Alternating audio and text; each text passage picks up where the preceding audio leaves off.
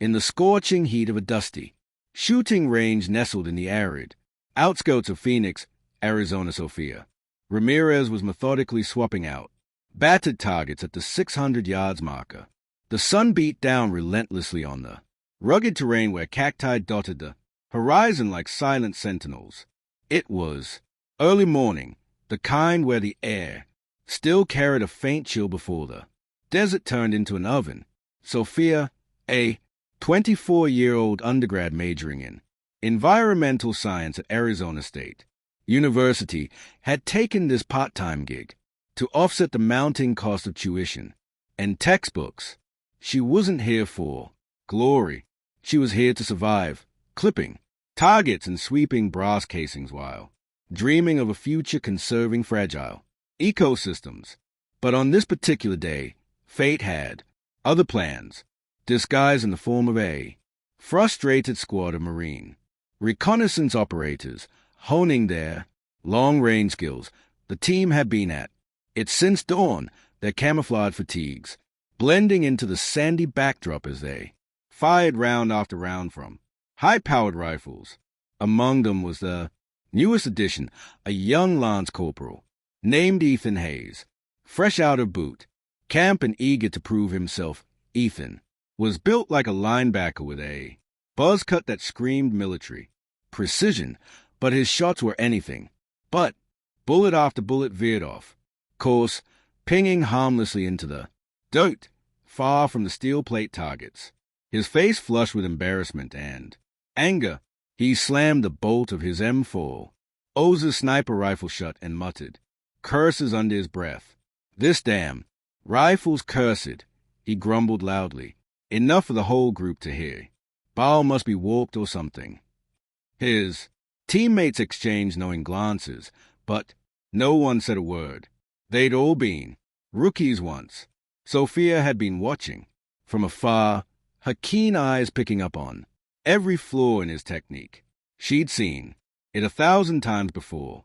Overeager shooters compensating for imagined defects in their gear when the real issue stared back from a mirror raised by her father, Sergeant Major Luis Ramirez, a grizzled Marine sniper veteran who deserved tours in Iraq and Afghanistan. Sophia had absorbed the art of marksmanship like osmosis. From the age of 10, weekends weren't for cartoons. They were for dry firing drills. In the backyard, learning to read wind, patterned by the flutter of leaves, and understanding the physics of ballistics. Over family dinners, Louise, now retired, and battling the aches of old wounds, had instilled in her a quiet confidence. The gun doesn't lie, Mia. It's always the shooter who bends the truth. But Sophia kept her mouth shut most days.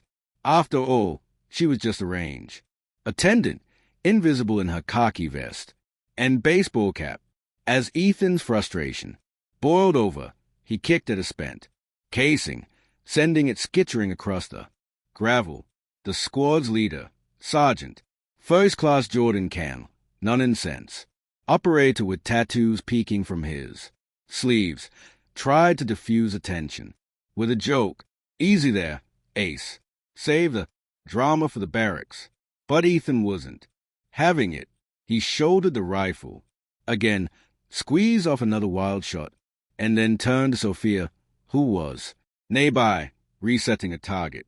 Hey, you, this place got faulty equipment, or what? My sights are off. Sophia paused, hands freezing on the target clip. She could have nodded politely and walked away, as she had with countless complaining customers. But something in Ethan's desperation mirrored her own past struggles, those early days when her father had pushed her to master the basics, and she'd wanted to blame everything but herself before she could. Second guesses, the words tumbled out. The rifle's not the problem. You're flinching before the shot, anticipating the kick, and yanking the trigger to the left. Loosen your grip, breathe steady, and let the round surprise you. The words hung in the air like gunsmoke, thick and unexpected. The entire squad pivoted toward her, their expressions a mix of shock and amusement. Who was this young woman, barely out of her teens, daring to school a Marine on his craft? Jordan arched an eyebrow, his arms crossed over his broad chest. "Excuse me? You got some credentials to back that up, miss." The others chuckled nervously, but there was an undercurrent of curiosity. Ethan looked mortified, his cheeks burning redder than the Arizona sun. Sophia felt a knot twist in her stomach. She hadn't meant to insert herself. It just slipped out. But backing down now would make her look foolish. Drawing a deep breath, she met Jordan's gaze. "I've seen enough bad habits here to fill a manual. My dad was a Marine sniper instructor. Taught me everything from stance to wind calls. Your guys got the fundamentals wrong. That's all." The squad murmured among themselves, some skeptical, others intrigued by the audacity of this civilian in their midst. Jordan, ever the pragmatist, saw an opportunity to turn the moment into a lesson. He glanced at Ethan, who was still fuming, then back at Sophia. "All right, hotshot, talks cheap. How about you prove it?" He snatched Ethan's rifle from the sandbag, rest and thrust it toward her. "Hit that 600 yards gong that's been dodging haze all morning. Nail it and I'll buy you and your expert opinion lunch, miss, and you'll be explaining this little interruption to our co-deal." The challenge electrified the air. Sophia's heart raced, but she didn't hesitate. This was her father's world, the one she'd grown up idolizing from the sidelines. Accepting the rifle, she first demonstrated Ethan's errors up close. "See here," she said, mimicking his tense posture. "Grip too tight, like you're strangling the stock. That transfers every twitch to the barrel and the trigger pull. It's a jerk, not a squeeze. You're fighting the recoil before it even happens." The Marines leaned in, their initial mockery fading into genuine interest. A few nodded, subtly, recognizing truths they'd learned the hard way. With the squad's eyes boring into her, Sophia dropped to the prone position on the firing line.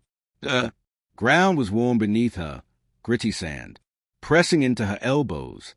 She chambered around, the metallic click echoing her resolve, adjusting the scope for elevation and windage factoring in the subtle cross breeze rustling the distant, messy bushes. She found her rhythm.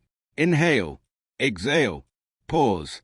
The world narrowed to the crosshairs and the distant target, a steel plate no bigger than a dinner tray from this range. Squeeze. The rifle barked. The recoil a familiar nudge against the shoulder. Without rising, she bolted another round and fired twice more. Each shot, deliberate and unhurried. Silence descended as Jordan peered through the spotting scope. "Holy hell," he muttered, his voice laced with awe. 3 rounds, dead center group tighter than 2 inches. That's expert-level stuff.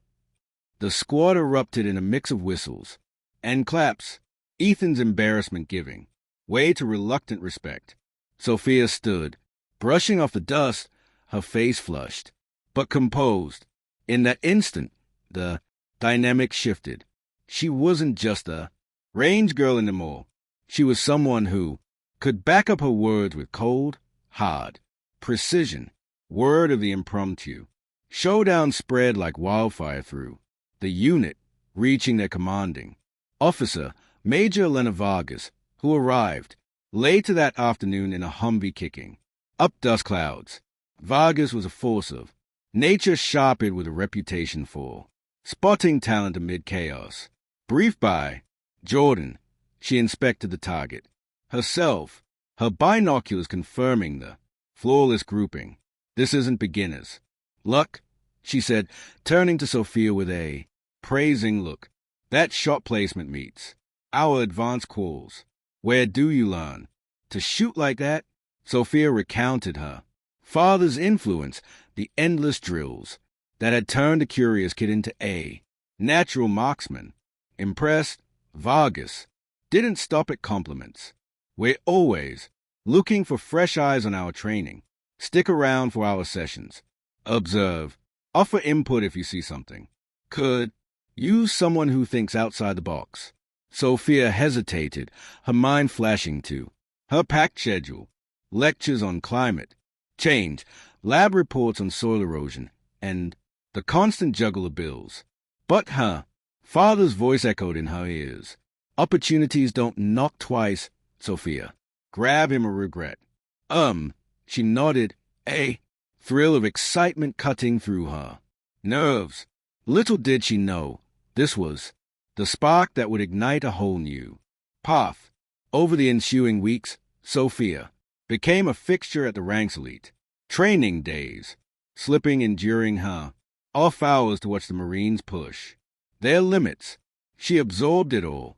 Quietly at first, the tactical drills, the gear breakdowns, the camaraderie, forged in sweat and precision. Then came a pivotal session with a visiting team of Navy SEAL snipers where the winds turned tricky, whipping unpredictably across the valley. The operators were zeroing in on an 800 yards target, but shots kept drifting right, frustrating even the veterans. Sophia, perched on a nearby bench, noticed the telltale signs, thermals rising from the heated ground, creating mirage distortions in the scopes. She could have stayed silent, but the morning's boldness had unlocked something within her. It's the wind shear, she interjected during a break, her voice steady. See that shimmer is lifting off the canyon floor, pushing bullets high, right? Drop your elevation half a mil and lead left by a quarter. The SEALs exchanged dubious looks. Who was this? Civilian playing coach, but one a grizzled chief petty officer decided to test it. He adjusted, fired, and the round smacked true. Soon the whole team was recalibrating, their accuracy soaring. Whispers rippled. That range, chick just saved our asses by sessions, and they were peppering her with questions, her insights earning nods of approval. The breakthrough didn't go unnoticed. A few days later, as Sophia was closing up the range shop, a representative from Apex Tactical Solutions, a prominent defense contractor specializing in specialized training, approached her, dressed in a crisp polo and caucus. He introduced himself as Tom Heron. Heard about your win call with the SEALs. Impressive. We're looking for civilian instructors to bring real-world perspectives to our programs. Part-time, flexible hours. You in? Sophia's pulse quickened. This wasn't just a job. It was validation, a bridge between her inherited skills and a professional arena. Balancing it with school would be tough, but the pay could ease her financial burdens. She accepted, stepping into a world she'd only glimpsed before. In her new role, Sophia juggled environmental science classes with sessions teaching SWAT teams and Border Patrol agents. Her approach was unique. No drill sergeant barking, just patient explanations rooted in science and empathy. Marksmanship isn't magic, she'd say, demonstrating with a rifle in hand. It's physics, gravity, drag, Coriolis effect, and psychology. Understand why the bullet curves and you'll own the shot.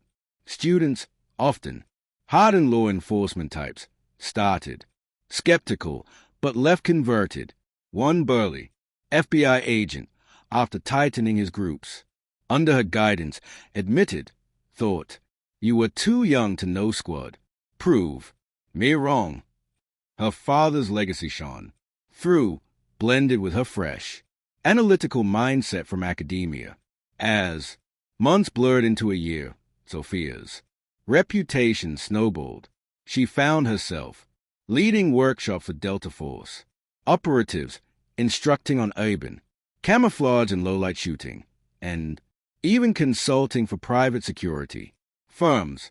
The income allowed her to graduate debt-free, cover her father's mounting physical therapy costs from his service injuries, and even fund a small conservation project in the Sonoran Desert, tying back to her original passion.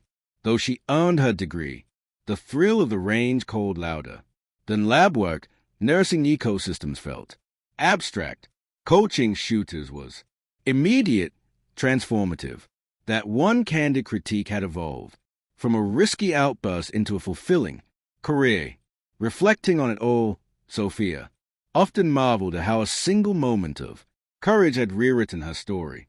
From an overlooked attendant scraping by, she'd become Sophia Ramirez, the sniper whisperer, a sought-after instructor whose blend of inherited wisdom and innovative teaching inspired hundreds. It proved that hidden talents lurk in the most unexpected places, waiting for a spark to ignite them. What lessons can we draw from Sophia's journey? First, never underestimate the power of speaking up. Your voice might hold a key to unlocking doors you didn't even know existed. Second, embrace your background. The skills passed down from family or learned through observation can become your greatest assets. And third, when opportunity presents itself, seize it with both hands, even if it scares you. In daily life, apply this by stepping out of your comfort zone. Offer that unsolicited advice at work if it could help.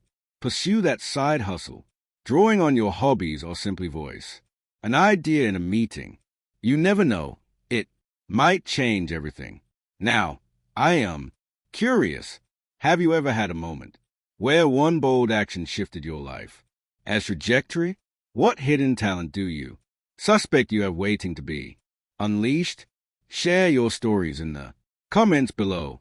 I'd love to hear them, and maybe even feature some in future. Tylais, wishing you all good health and sharp aim in whatever pursuits you chase. If you enjoyed this story and want more inspiring narratives like Sophia's, hit that subscribe button and turn on notifications.